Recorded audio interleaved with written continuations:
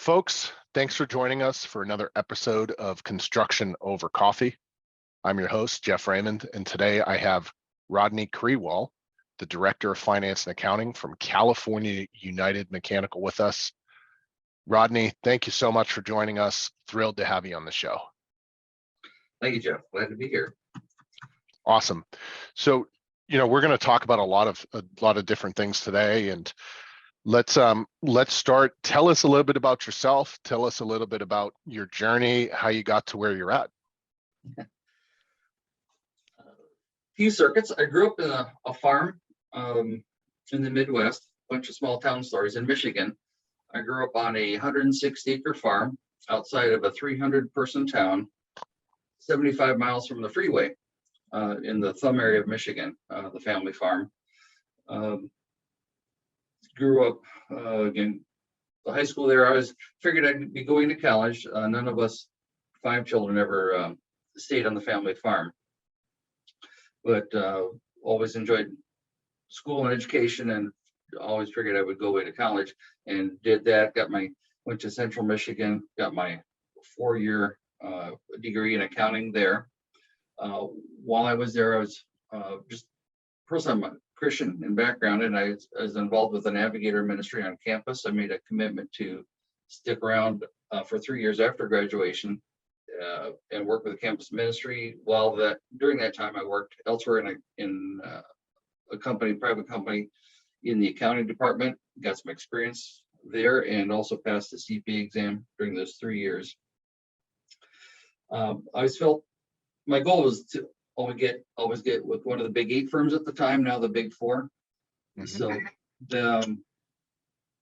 doing interviews in the Midwest was still pretty Michigan, especially just that job wise. I was encouraged. I was getting interviews, but there just weren't that many positions opening up. And after one specific interview in Chicago, with KPM, Pete Mark Mitchell at the time, and each office does its own hiring. In the back of the brochure, listed a dozen offices, which, okay, that's where the next place to send the resumes to. One of those offices was Guam. And so I said, well, this is crazy enough. It might work out. So I said, Guam, the U.S. territory out there in the Pacific Ocean. Yeah. So I sent the application or my resume there. They got back to me and said, we're not hiring right now, but fill out this application. And long story short was I filled it out, and a couple months later I was sitting in the Midwest, and this is when long distance calls were still pretty expensive. And I got a phone call from a partner in Hawaii doing a phone interview. So, but they ended up found out about the interview in Chicago, and they ended up hiring me, and I flew away to Guam for 3 years to work with Pete Mark Mitchell. They pay your way there and back, so they asked me to make a 3-year commitment, and so to go from Midwest farm life to tropical island living was pretty fun. Wow. Enjoyed it tremendously. A lot of good memories. A lot of while there, right of. Pete Marwick doesn't have that office there anymore, FYI, but it's interesting. I did a lot of retail auto dealerships audits. They sell a lot of autos on the island for the military personnel transferring back to the stateside. But anyway, tropical island living for 3 years with some off-island engagements. I was able to do some traveling out in the area. I also met my wife while I was over there. We got married a month before we left the island. And but after the 3 years we're up, San Jose office was the one that really looked like they had openings for people at my level. So again, Midwest is still pretty quiet. My wife grew up in the Philippines, so California is the coldest climate she's ever lived in. We transferred to San Jose and were there for almost 40 years until we just recently transferred and working remotely here in the central coast of California. But I worked for another year at KPMG, and then made the move to private industry. Worked for a variety of companies, insurance third-party administrator, the a general contractor. I went on my own as just a consultant, CFO for hire, effectively shortly after it was in 2004. And that's what led me to California United Mechanical. I was involved with them since 2004. They were just a startup. I started helping with their accounting records right after they converted off of QuickBooks. And I was a consultant for them over the years. And, 7 years later, 2011, they were actually in 2010, they were my largest client. And that wasn't anything I was able to, they were just growing too big for me to keep in touch with them or to keep what they needed on a part-time consulting basis. And they'd always had a standing offer for me to come online full-time. And so that's what I did until the first of 2011. I came on board with them full-time. And so that's 11 years ago now, coming up on 12.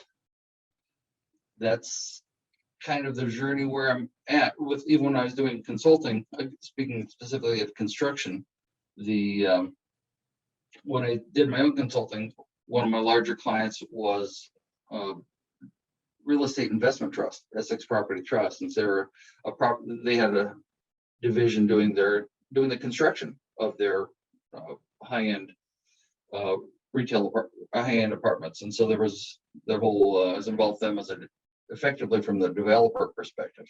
One of my jobs before I worked as a general contractor, one of my jobs was as a building material supplier, and now here with California United Mechanical as a subcontractor. So I've seen the pictures from all the tiers of construction, and it's been no one conscious decision to hit here as an industry, but the good positions, good people, and this is how I've gotten here. Great. And how did you get to California United Mechanical specifically? That was when I went on my own. The person who was doing their taxes, the owner's taxes, they were asking for accounting help. Their tax CPA didn't have the manpower that really desire to do with the accounting help. And I just recently got on my own. I don't enjoy taxes. I've done it a little bit. I do my own. But when I was doing my own consulting, it was as a CFO controller for hire type thing. And so the friend of mine referred me to the two guys who founded the company and talked to them, and that was a go. And we've been in touch ever since. What was the transition like? I know you were, involved in construction before, but what was the transition like going from, a non-construction company to when you eventually did go and work for, at that time, a REIT and then a contractor? What was that like coming out of, something like a traditional accounting and finance firm or, another non-construction firm? Not a lot of difference. I mean, the accounting perspective, that's where accounting itself translates pretty well across most industries. You have to find out what the peculiarities are for the industry, for construction. You need to know pretty quick what the lien laws are, in the state, what your it's not that hard to figure out percentage of completion versus completed contract method, the different accounting methods, what's required by what size. The larger picture on that one is almost a lot of the smaller companies, again, the smaller ones that have one or two or a few employees. Really, the record keeping is so critical, and so many times it's a family member who just keeps the books, and that's fine. But a lot of times they don't have as a member of Construction Financial Management Association, that type of thing. So you have opportunities for peers you have the seminars, you have the ways to you have the speakers, the attorneys, construction attorneys that give the insight into, okay, this is how liens work. Again, specifically within the state. California is different than other things. What are the sales tax laws? That varies by state, county, city now within each state. But just to make sure our accounting process, if there's key deadlines to protect our billings, to protect our receivables, that we again, the finance area, we're charged to protect the assets, is to make sure that we understand what rights we have. And the construction industry is, there's just a few things you should learn super fast, but it's not hard, it's not complicated. You just need to make sure somebody knows it within the company, at least the questions to ask. Sure. Absolutely. Now, one thing that is unique, but I think fairly common when I look at West Coast, Pacific Northwest, California firms is your union shop, which for mechanical out there is very common.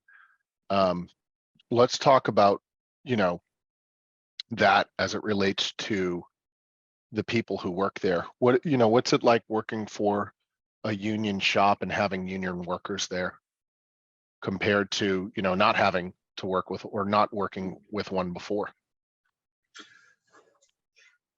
Everything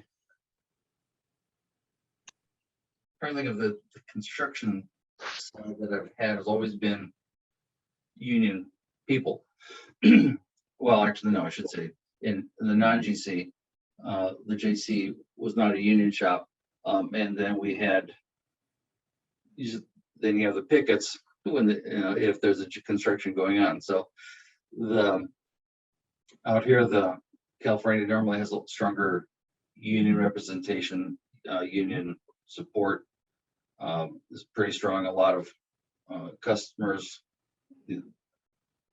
will not, they start with the union shop first. So there's not been a lot of, we should say, not a large dichotomy and a large difference that I've seen. The union, both are always just a bunch of good people.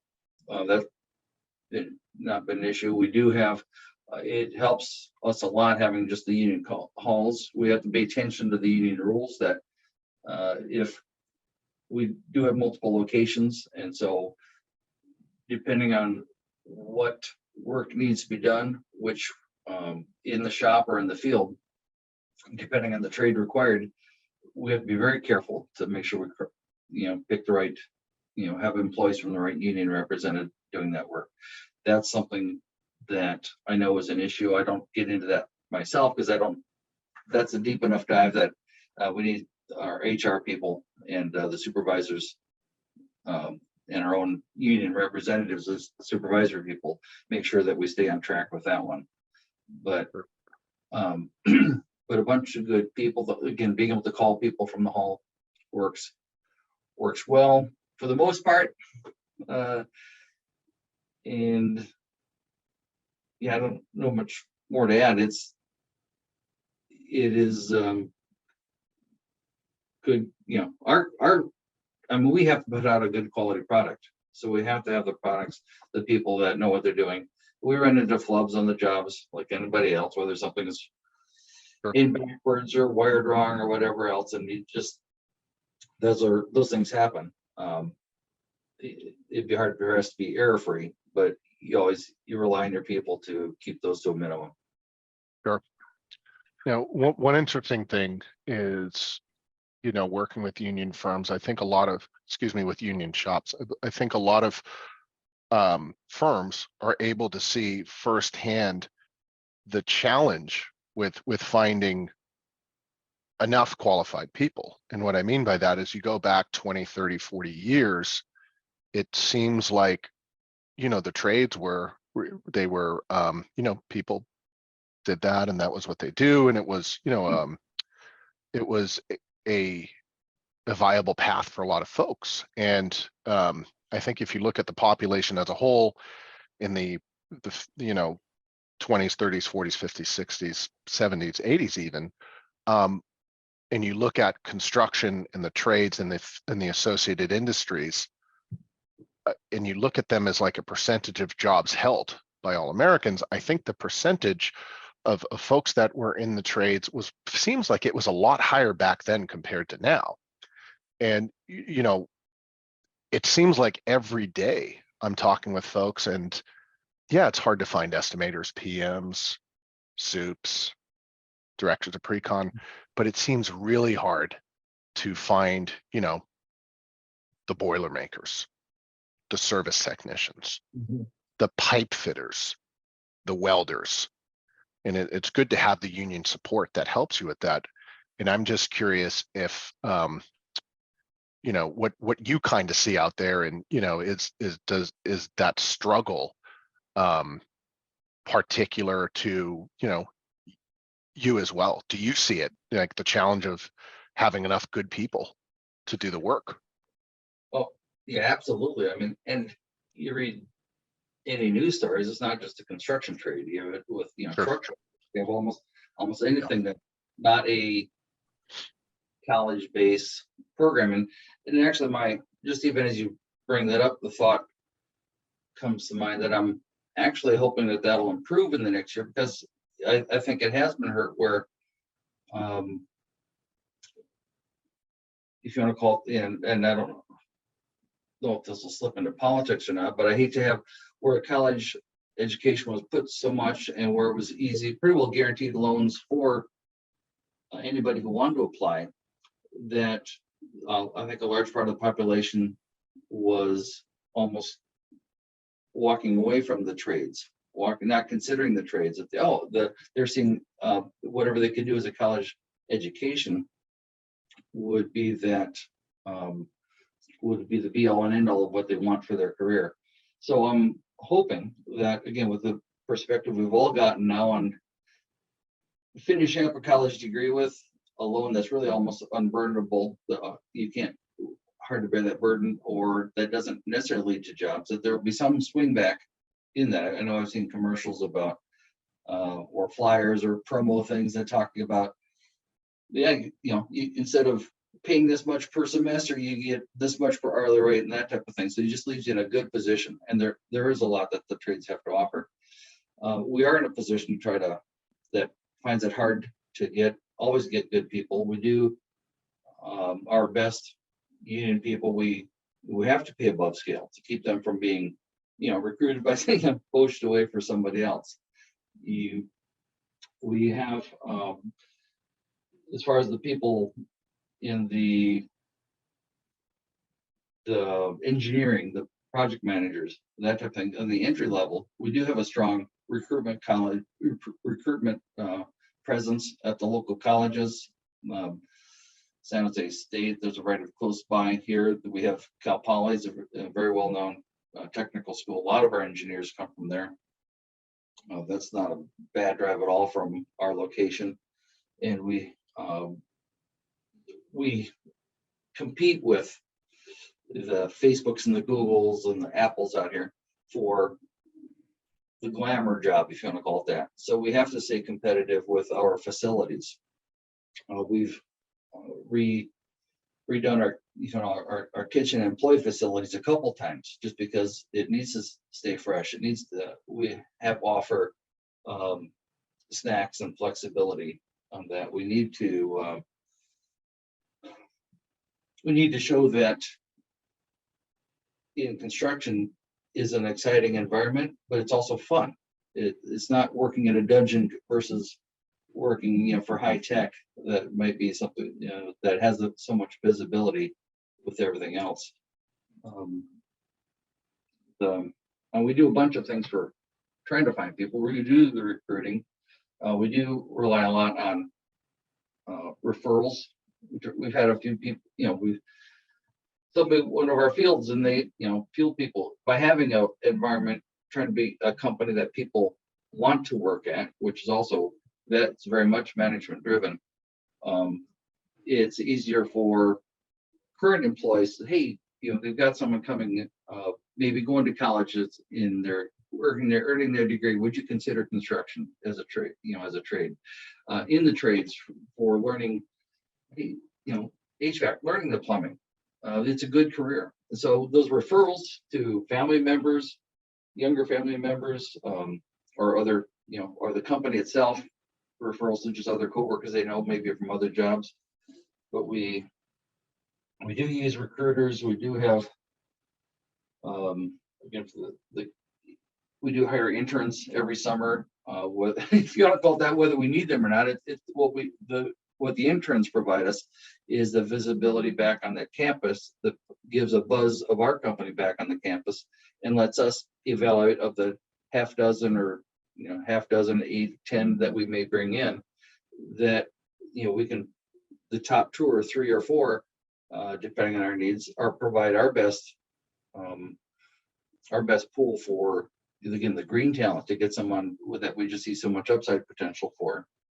So there are a bunch of things that we're trying to do, and it's like I say, we're not competing, even as I said, competing against other high-tech industry. We're competing against all of industry, aside from competing with the population in general, for the ones that are just so far haven't considered the construction trades. That's great. One thing we found that's particularly interesting, perhaps this is anecdotal, but I've tracked this over the last 2 decades, and our firm has tracked it over the last, gosh knows how many years at this point. But when you look at, and we have nothing against college, by the way. So when you look at individuals that start a career in the trades, or start in architecture, engineering, or construction specifically, and you compare that against individuals who go to schools for certain majors, whether it be business, other fields, I thought it was interesting. We've just noticed this really interesting dynamic over the years.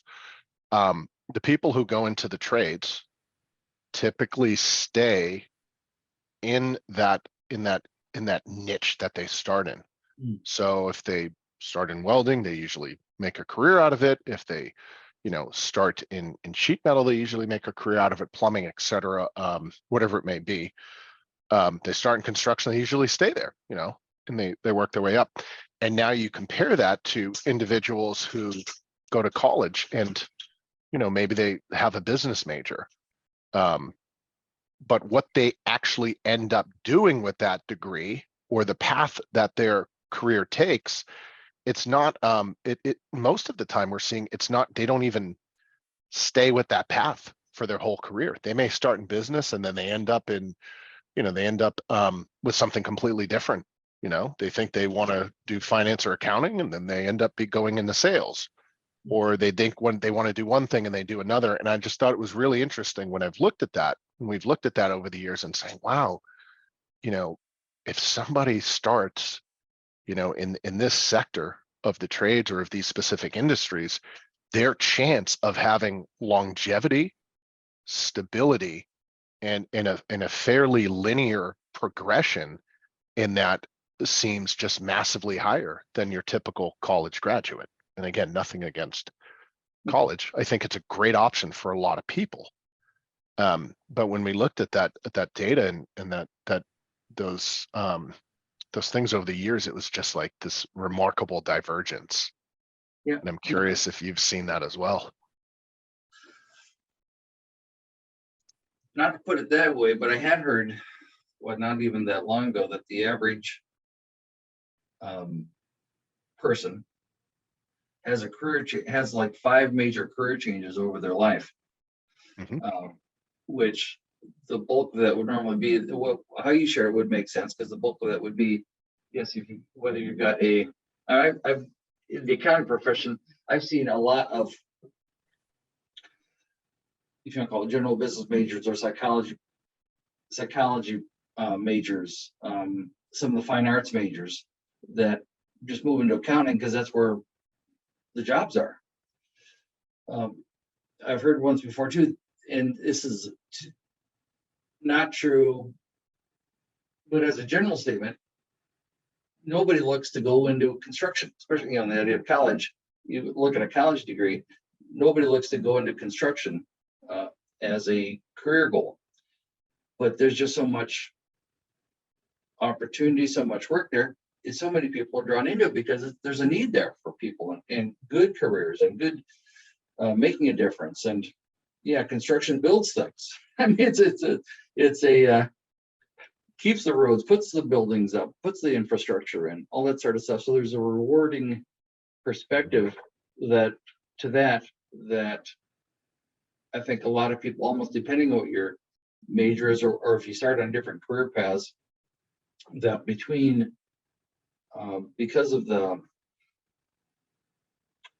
rewards that can be there, and because of just the huge potential, the huge market that it does represent, whether it's, I mean, there's so many facets to the trades. There's so many trades. There's so many, whether residential, commercial, all sorts of things, that it's what, again, it is the place that builds things. And so the potential, the jobs there, it's not unusual that of the majority of people in the trade just didn't start that way, but almost like a big funnel, they came in.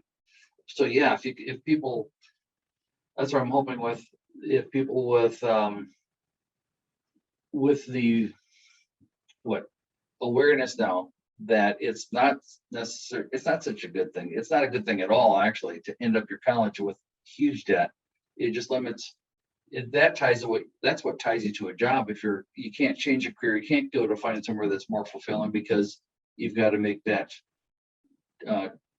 debt payment, for the next 10, 15 years or whatever else, and longer if your career doesn't give a pay that lets you pay that off sooner. So I think there's people I think the time is definitely ripe for additional visibility to the non-college, and there's, again, the potential to make a difference, the potential to have such a good career.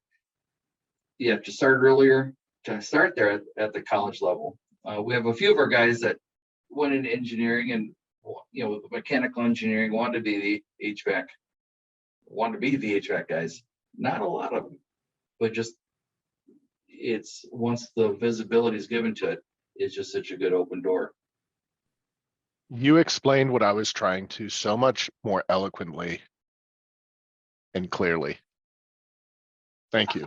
And you also raised a point that surprisingly no one on the show has brought up before, which is because of the debt that many folks need to take on to do college, it's almost like they're pigeonholed into their career.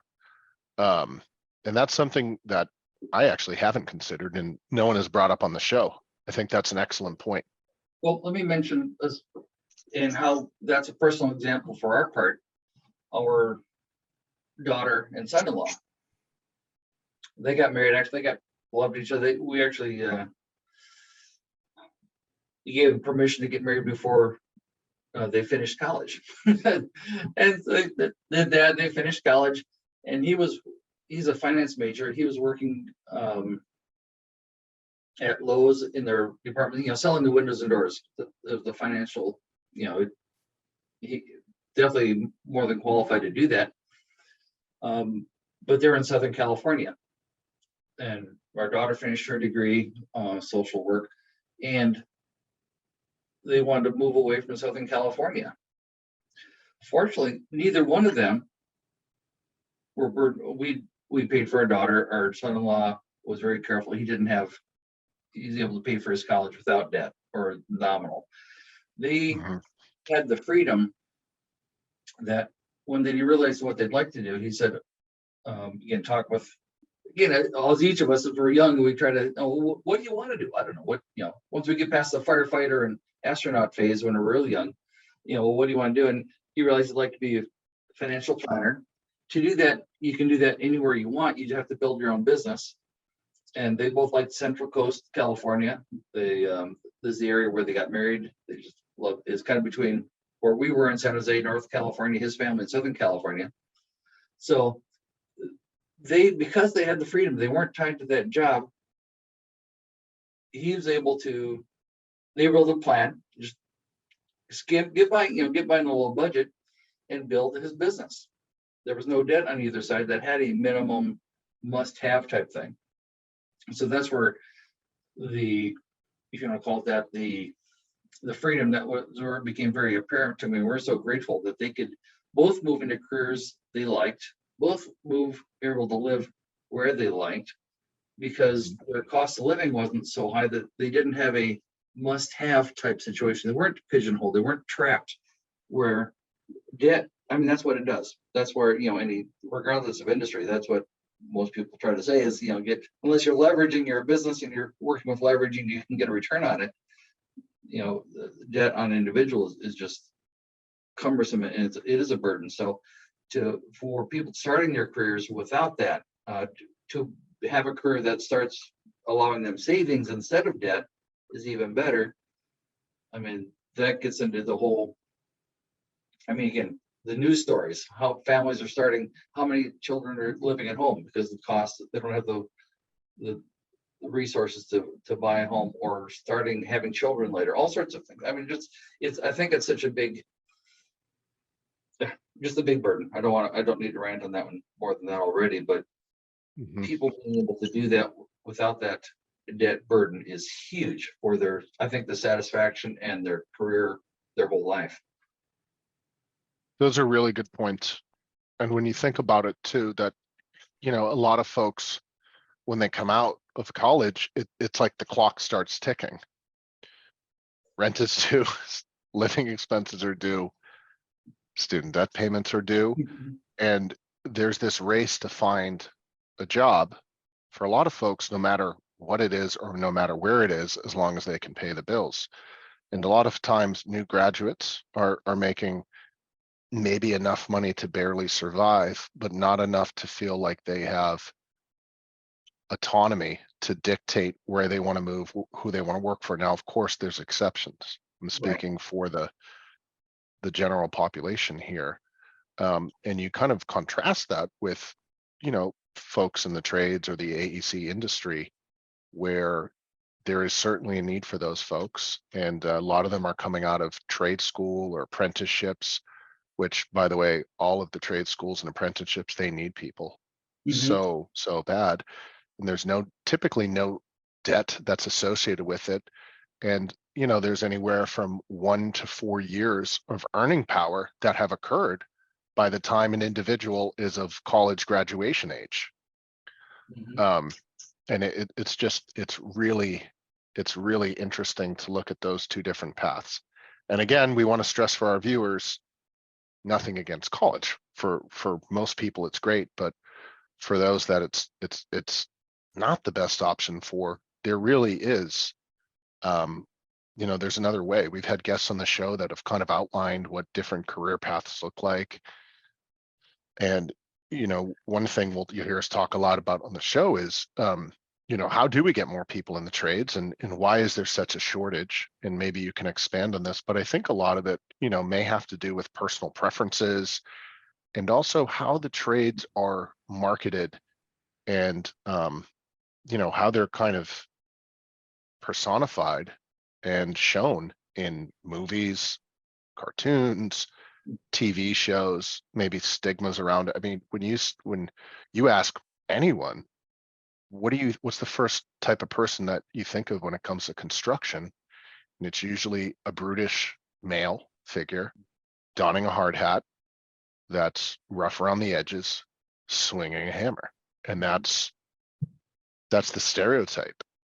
And I often ask myself, what if that's the stereotype and you're not that person? Why would you want to get into this and join those individuals if that's what you think it's like? And, there certainly are folks like that in that profession, and I think in a lot of professions, but the stigma is wrong. And I think it's, for people, they're like, I don't want anything to do with that. And for the parents of these young kids, they're like, my gosh, why would I wish that on my kid? And, there's a serious stigma, I think, that needs to be broken and transformed. Oh, no, absolutely. Even as I mentioned, our company, and it's a great place to work, and that's driven top down. I mean, yes, the stigma for the unions, but there is, for union shops, you need to know the rules. And so the unions themselves need to open up, and what's the impressions in recruiting. I'm not involved to see what their recruiting efforts are to try to get people in. I know that, again, some of the advertisements, I think, there's probably a union that talked about try to get people involved trades. I know, just even as I say that, there's a local electricians union out here that does radio ads opportunities for career. But there's a stigma, there's a presentation that really all of us need to try to overcome, because it is such a dynamic field and does have good opportunity. But I get that reminds me of another personal story. Again, college versus not. Mhm. I have a cousin of mine, went 4-year college for college degree. Got hired the first day at the new job, and he realized he didn't like working at a desk. Okay. I mean, Whoops. some of it you've got to go through, and if you go to college, I don't believe anyone's ever, whatever we try, none of it's ever wasted. We learn something from it. So Yes. and this was years ago, this wasn't real recent, but again, what we could do more. I mean, I don't know how, I have no idea how many high schools, if they even have shop programs or not. I think I've heard that not very many do. I don't know. We did when I was growing up, so you learn about tools and things, but anything that could be done. But I mean, I'm really a fan of in the high school level where people are making decisions before college. Having these shops where people find out if, well, they like working with their hands. Is it easier? Do they remember something if they have tools versus reading a book or doing a spreadsheet, that type of thing, or just to help them discern what do they get excited about, at least to start steering them towards something. And this isn't anything new. Again, experience I run into. I had a college roommate of mine this 45 years ago now, a couple years ago. He was getting ready to graduate 4-year college, and his whole degree was general. He still didn't know what he wanted to do. So it's not just a new phenomenon, but anything we can do to expose the kids to other options, working with their hands, whatever that might involve, whether it's arts, whether it's tools, whether it's just, the focus I think really needs to be, and it won't. And I think again, the bubble for the college education has burst a bit. So I think the time is right for having the conversations, having the advertisements, having the family members recruit. Hey, what about this? It's all, that's where it needs to go, and I think the time is right for it. That makes sense. One other I think unique point about that is get 100 high schoolers or even 100 middle schoolers in the room, and we talk about this on the show, and people think about, they say, oh, that makes sense. Get 100 of those people in a room and say something like, raise your hand if you want to become a doctor or a nurse or get into medicine, and a bunch of hands go up. Mm-hmm. Raise your hand if you want to go into tech, bunch of hands go up. Finance, bunch of hands go up, etc. Even if I was reading something that blew my mind, like 20% of kids these days want to be influencers when they grow up, and that topic's for another day. But now you say, raise your hand if you want to be an architect, an engineer, construction, and like 1 or 2 will go up.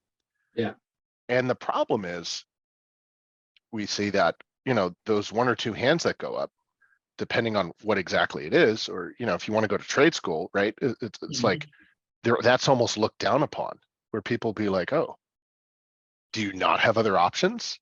Why would you do that? And why don't you want to go to college? What's wrong with you, type thing? Yeah, and growing up, thankfully, growing up in a family that was in the trades, blue collar, construction, maintenance, engineering, all of that. I always had a great view of the trades. I worked in it. And I remember even in middle school, when it came time to talk about what were we going to do, the idea that was pushed, it seemed, that anyone who went to the trade school, it's because they were either dumb, incapable, or they were just a bad kid. And I was like, man, something is not right with that. And I knew it wasn't true, but the majority of, that was the narrative that seemed to be pushed. Like the troubled kids would go to trade school. And it was just wild looking back, 20, 30, 40 years of that, what that kind of does to, the psyche of kids these days. Mhm. But I think the other part that really doesn't get talked about too is I think people's work preferences have changed over the years, and a lot of folks, whether it's right, wrong, who knows, it's a preference, but a lot of folks would rather sit and work from the comfort of their home or their comfort for from an office. And I think, and that's totally acceptable, but the perception again that if you're in those industries, you have to be in the field all the time, or you're always working with, awful weather. You're in the Mm. heat, you're in the cold, and guess what? Well, the reality is there are a lot of positions that's the case, or you're working in a new location every day, and in some cases, if you're on the residential side, you're working in people's homes. But Mhm. I think the idea a lot of young folks have is that if you get into those fields, you just have to do it, and that's unattractive to a lot of people for obvious reasons, and Yeah. that's just another layer of the onion that I think needs to be peeled back. Oh, yeah, absolutely. I mean, we career-wise, I mean, life is so much better if you're doing something you enjoy. I mean, Yes, you do want to pay the bills, but yes, yeah, people are pressured. Life is so much better for you. So just anything we can do to help people to expose them. Um, I mean, we had a personal experience. Um, a daughter, she's a really good singer. She went to school for, had voice lessons and performing arts. And her first semester there talking to some other people, and she decided that, what am I going to do for singing? That doesn't help people.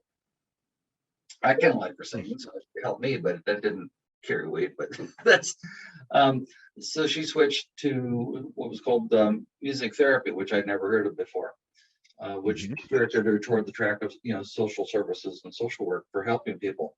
That's where her heart was at, and it I had to realize pretty quick when she first brought up, her mom and I both caught us by surprise because we had, you have visions of, oh, she's gonna be a star up on stage and things.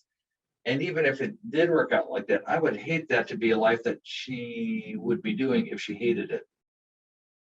Yes, You want them to enjoy. So whatever we can do to help these kids, yeah, working with their hands, at least give them the option, saying that yes, and not put stigmas on it. Whether we get a bunch of junior hires or high schoolers, not just ask the questions, but give opportunities to, which is what we do with our interns. Sometimes the college interns, it's all been theoretical. They've never walked through a metal shop before, a sheet metal shop to see, how do you put the vents together? How do you keep them from, leaking like a sieve? What are the yeah, tools, things going on? And the challenge and the reward to having something, building something that's done well. So just things that we can do to give them an opportunity just to see if, hey, I might like this. Um, that's really where I think the steering has me. Not because some people will like it, some people won't. Some people like getting up at 5 a.m. and having their day done by 2. Some people won't. yes, Um, but you're right, it has been a larger part of the picture in the past. Um, and I think I have to presume there's a large part of the population that can see this as not only rewarding, but just a good career path. yeah.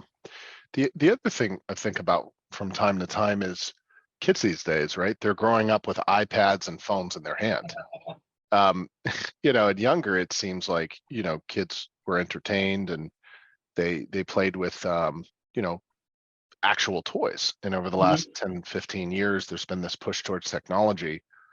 And I think a very large percentage of the young population has rarely held a hammer or a screwdriver or any real tool with any kind of consistency. So, again, that push of society towards digital, technical, everything, I think it's really hurting the trades at a young age for, the kids just aren't getting that exposure No, that they need. I think that's true, but also we need to recognize that's not going to change. So even as you say Mhm. that, I mean, one of the things that drives me nuts is I'm used to walking around the company and just making small talk with people, typical, they, just a light conversation or saying hi, good morning, whatever else. And I don't know how to say this without sounding like a grumpy old guy. Most of our engineers and PMs are all working at their keyboards with their headset, earbuds in. You can't have a conversation. It's almost hard to get their attention. You'd have to really work hard to interrupt their day, and you don't want to do that because they're, as far as you know, they're doing stuff. Correct. But they're kind of withdrawn, doing their work with their music or whatever they're listening to. It that drives me nuts. I have a hard time even just having music going in my office because people coming in and conversations. But that's just the way it is. I know in our field guys, we use the iPads, we use the technology for having to be more efficient for the payroll reporting, for the HR records. There's more and more being done all the time for the BIM, BIM modeling. So the high tech feel of it is just not going to go away. So on that part, it really requires any construction company to not fight that, but to recognize it isn't changing. Okay, how can we use this for our benefit? Because the kids can these days, okay, they'll have to learn how to do some soldering or swing a hammer, or what the different grades of nails are, whatever else. They've always, at some point, whether people prior or now, always had to learn that stuff. That's not something you grow up with. But there's a definite inherent tendency that they can use the technology way better than I ever could. I mean, yes, I do have a story where a 3-year-old granddaughter was able to use our VHR player better than I could. So it is something we're very familiar with. So I think the companies that will be able to keep and hire and keep the employees also need to make sure they embrace where the culture has gone in that area and not have to fight it. We provide whatever training we can, but maybe there's a way to merge the two, to have somebody, we see a BIM model and say, hey, this is what happens with the nails driven straight. I don't know, but this is there's potential that we need to make use of also. It's funny you mentioned about, the progression of technology, and I think it's really important. One of the scariest thoughts I have is that there's still companies out there that keep everything in the big filing cabinet. It's like they're everything's in the filing cabinet, and they only take payment via check. And it's like, how are you existing in today's, technologically advanced society? So what I'd like to see is, yes, definitely keep up the advances in technology with kids, but, let them work with a hammer and a nail, or a screwdriver and a screw, and let them explore what that's like. Oh yeah. The job when I went for the building material supplier, I was their first control. It was a new position for the company, relatively small. There was quite a while ago, they knew they needed to computerize. There was a IBM compatible box sitting on a desk, not plugged in. And they said, okay, we need to computerize. Here's what we have. So, and that was a good starting point. At least there's the mindset they brought me in, and we had enough other people there that we got them all stuff, point of sale, that type of thing, inventory online, that type of thing. But I enjoyed so much just walking into the stand-up shed. You smell what the wood smells like, again, growing up in the Midwest, there's two things that forever bring me just pleasant memories. One is freshly mown grass, kind of like fields of hay. The other one is just a building, a lumber yard. The smell of lumber, just cut lumber. They're ready to do stuff with.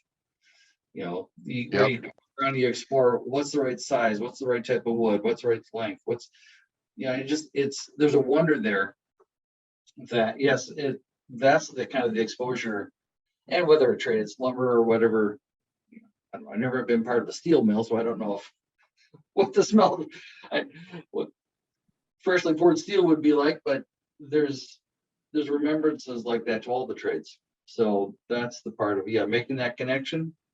The earlier we can at least start to give pleasant association to all the senses would be, it would be so beneficial. It would. What are some of the biggest challenges you see for, the construction industry as a whole heading into 2023 and beyond? What's on the forefront? Are you talking beyond just the labor? Across the board, just the industries as a whole. Well, I mean, industry construction as a whole is always cyclical, so that's always being careful of what are the downturns. Like, there's a lot of news going on right now again with the inflation rate, which makes it, we've had the supply chain with COVID, that type of thing. We're still staying pretty strong out here. The challenge is always just to anticipate what might be coming up. Always, boy.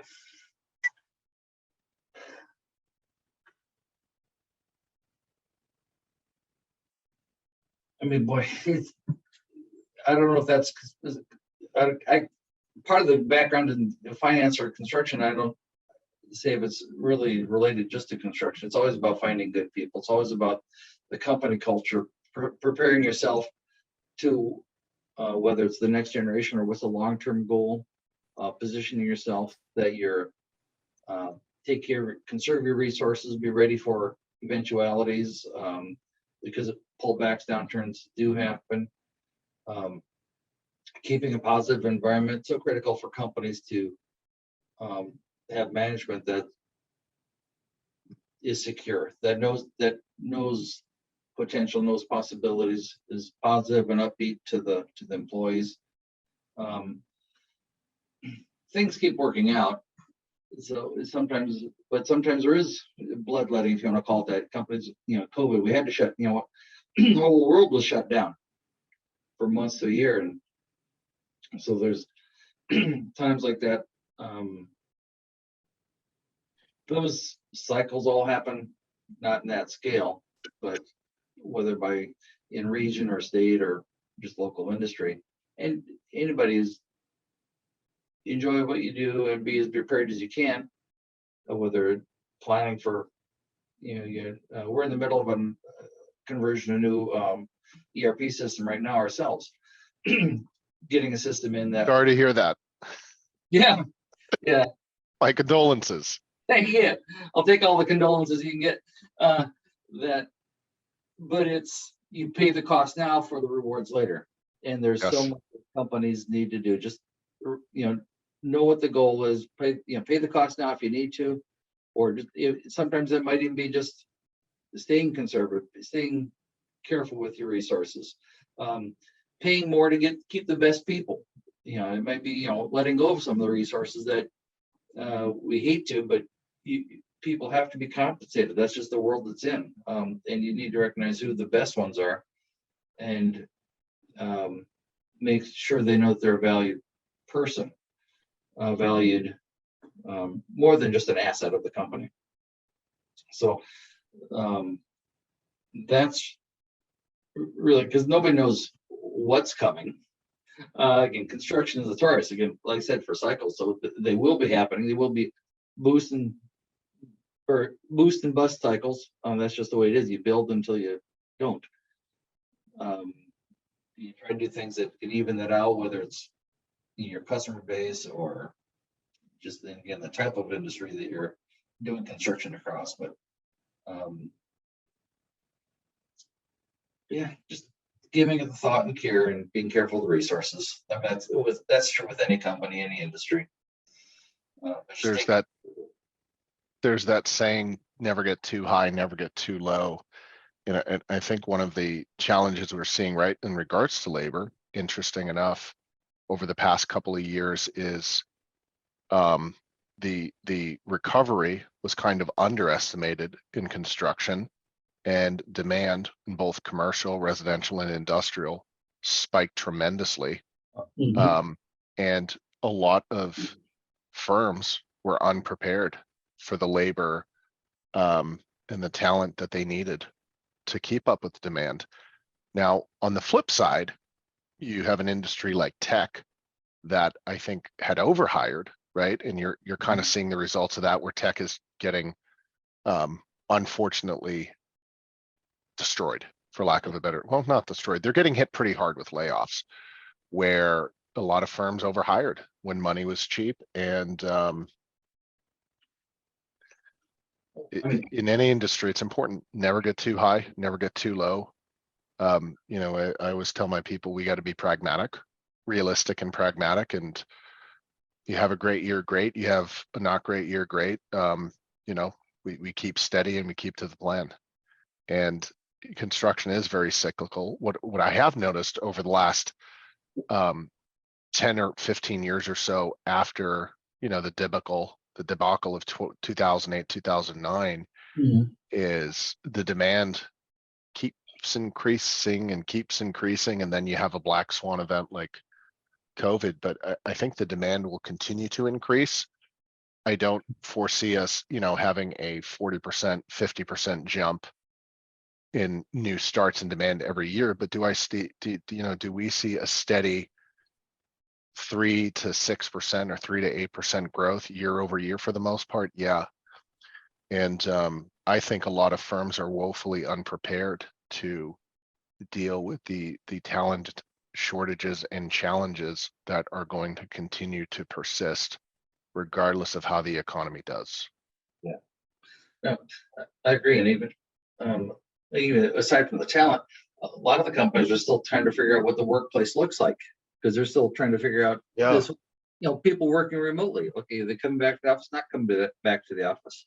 I mean, when I with the KPMG office in San Jose here, when I first transferred here a long time ago, it wasn't too long after that, where just because the CPA firm, all your people are in the field, so they made every office a shared office. I think I heard that even the partners' offices were shared offices, just because you're not supposed to be there. So now the current, the hybrid workforce, what is a defined workspace? What is the square footage each person needs for safety protocols if something were to flare up again? Or so that, I mean, I agree that the construction is going to be staying strong because people are still figuring it out, and whether there's going to be continual changes, there's the underlying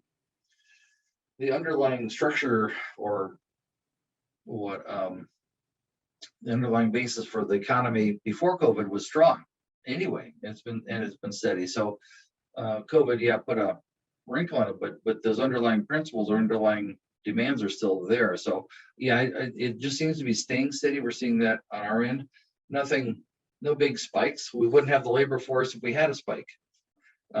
If someone wanted to double our revenue, we don't have the labor to do it. If we had the jobs that would do it. So that's kind of the same all out here. It keeps the labor force kind of keeps things an even keel, just because you can only do so much. So projects take longer in the planning. They take longer to start up. They take longer to finish, just because so much thought and the labor that can be brought to any of them is just that's the world, and it's just now taking more time, which in that sense also is an evening factor. You're not going to quick rush to get done, do a $200 million thing and then go to zero and then wait for the next spike.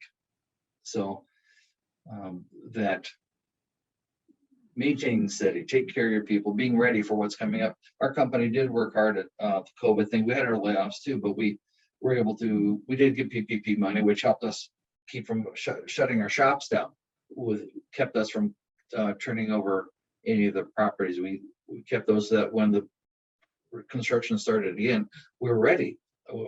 Just bring the people back, and we're back up to production. So we were very careful to watch our resources, and it wasn't all about cutting costs. It is what can we do to see it out and that we stay best position. That's great. You know, one other thing in regards to labor has played a huge part in jobs just taking longer than expected, but the supply chain, my goodness, not Oh, only lag in terms of actual receipt in receiving the what you need, but the pure cost from an inflationary perspective. You know, they say the inflation rate is somewhere between 7 and 9%. I say, well, show me one thing that's only gone up between 7 and 9. Um, you know, I mean, we're seeing components and parts and raw materials go up anywhere from 50 to 300%. mm-hmm. And that, I mean, how could you have predicted that? How do you plan for it? And, you know, going back to the client, say, hey, I know we budgeted for this, but by the way, here's a change order for a 50% increase in XYZ. Mm-hmm. Let me know what you want to do. Yeah. Tough to plan for that. Tough to plan for that. And I think, you know, we've certainly seen it, the supply chain start to finally catch up, especially around, you know, certain finished components and raw materials as well. Oh, yeah. But I think it's going to remain a bit of a risk depending specifically on your industry for the next year or so. Well, that's, I mean, it's, We're still playing catch up in some regards. yeah, well, I mean, that's always been a huge risk, but especially now for if if you bid a job 6 months ago and now they come and say, okay, we're ready now. Okay, Whoops. yeah, whoops, was the contract signed? Are we stuck to that pricing, or did we have a thing in there saying this is, you know, subject to a week, or you know, materials repricing at time of acceptance? I mean, that's any company. Well, I hope they have those caveats in any bid they put out right now. And we're having, because yes, the repricing is critical. That'll take you from a profit to a loss job real quick if you don't have that opportunity. If it's a fixed price and you're stuck to it. We're finding even just on the working capital requirements, we're more suppliers are requiring a deposit just to prove, you know, almost like bidding up. Aside from the price, okay, well, give me a 50% down to show that, you know, because it's going to take us so long to get it, we need to have this money up front to finance our construction, our preparation for it to get it to you guys. So there's more deposits being required. So the working capital needs are different. How do you build the customers for those? The UCC filings is not on hand, you know, that type of stuff. So there's a lot of the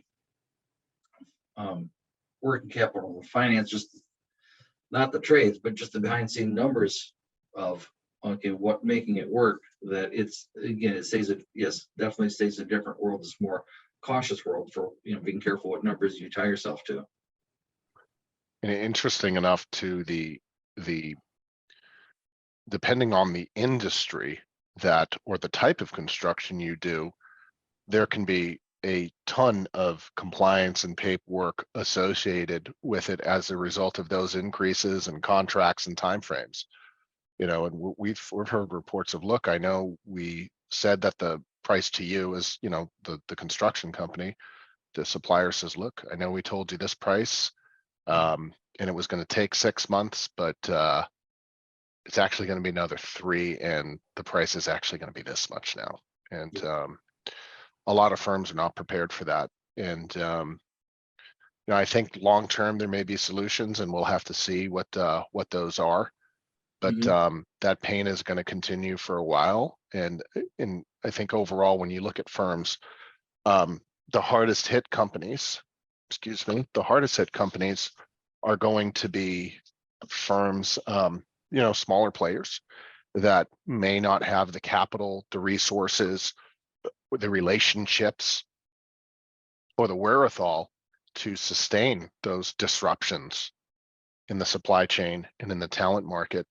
And a lot of what we're seeing and predicting is a lot of consolidation at the mid-level, you know, maybe whether it's larger regional players or, you know, mid-level national GCs or specialty contractors. But the firms that are going to get squeezed the hardest, and I think have the lowest probability of survival and success, are the smaller firms.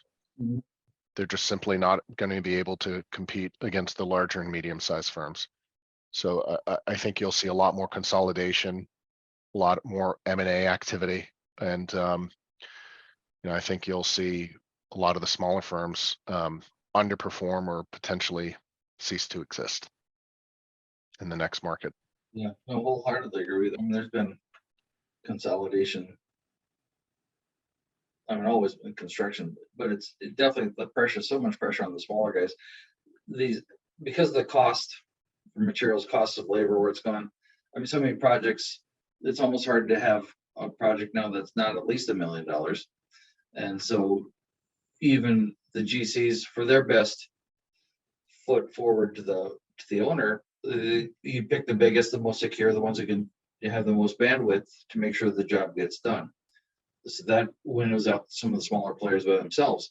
Not to mention, it really helps the company have okay, if you have a full-time purchasing manager who can compare and to make sure that their wording is, you have things locked in, or you're not locked in when you don't want to be, or to have the relationships of the best vendors, that you've got the working capital that you pay when you say you're going to pay, so that at least if there's a question, they know they'll ship it to you before someone else who maybe doesn't have that history with them.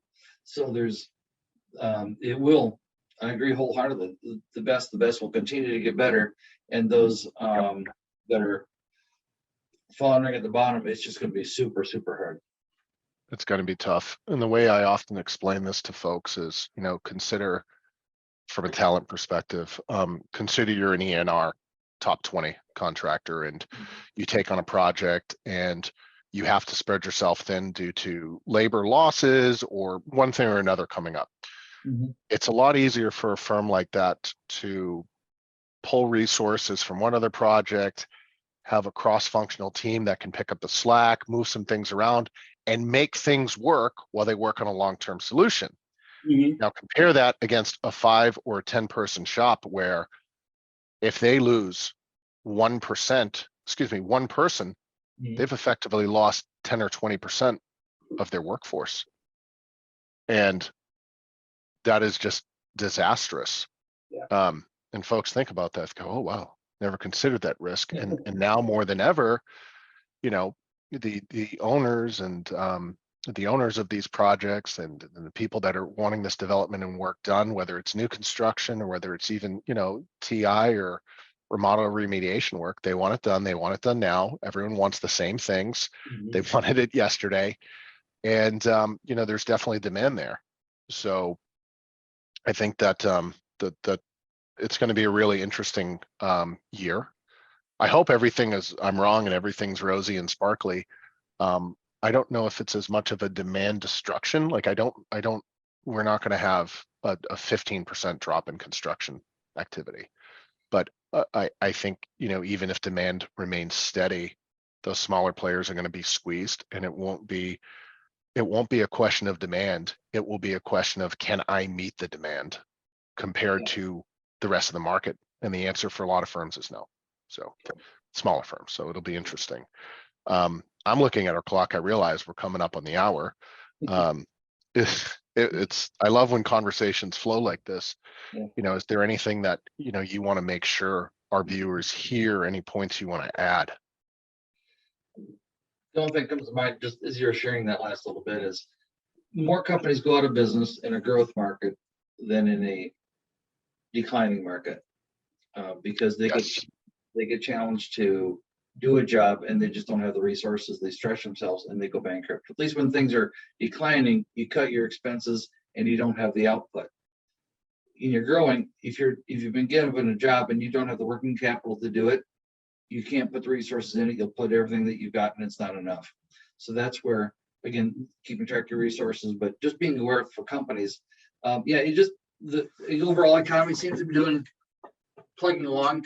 I mean, high tech, we watch the Apples and the high tech companies of the world out here. If, keeping interest rates going up, if something is, they go through cycles too. Yes, they're hiring or laying off. Office buildings are not. That affects us. So we have to be prepared like anybody else. But your resources are much more critical to manage when you're growing, when they're on the upside than on the downside.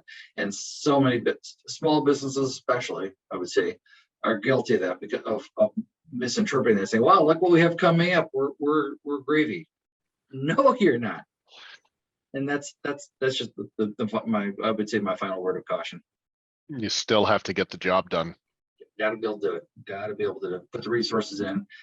And they last long enough until they pay you. Yes, until the money's in the bank. That's It's a whole not separate done. conversation. It certainly is, and we could speak to that. Rod, if folks wanted to reach you, get a hold of you, what's a comfortable way to reach you? My work email is fine. It's my first initial last name, so RKRIEWALL@UMI1. That's the number 1. UMI1.com. Great. That'd be Rod, easiest way. awesome. Rod, it was great having you on the show. So grateful, and it was great catching up. And thanks for coming on board. I appreciate it. I enjoyed talking with you. Thank you.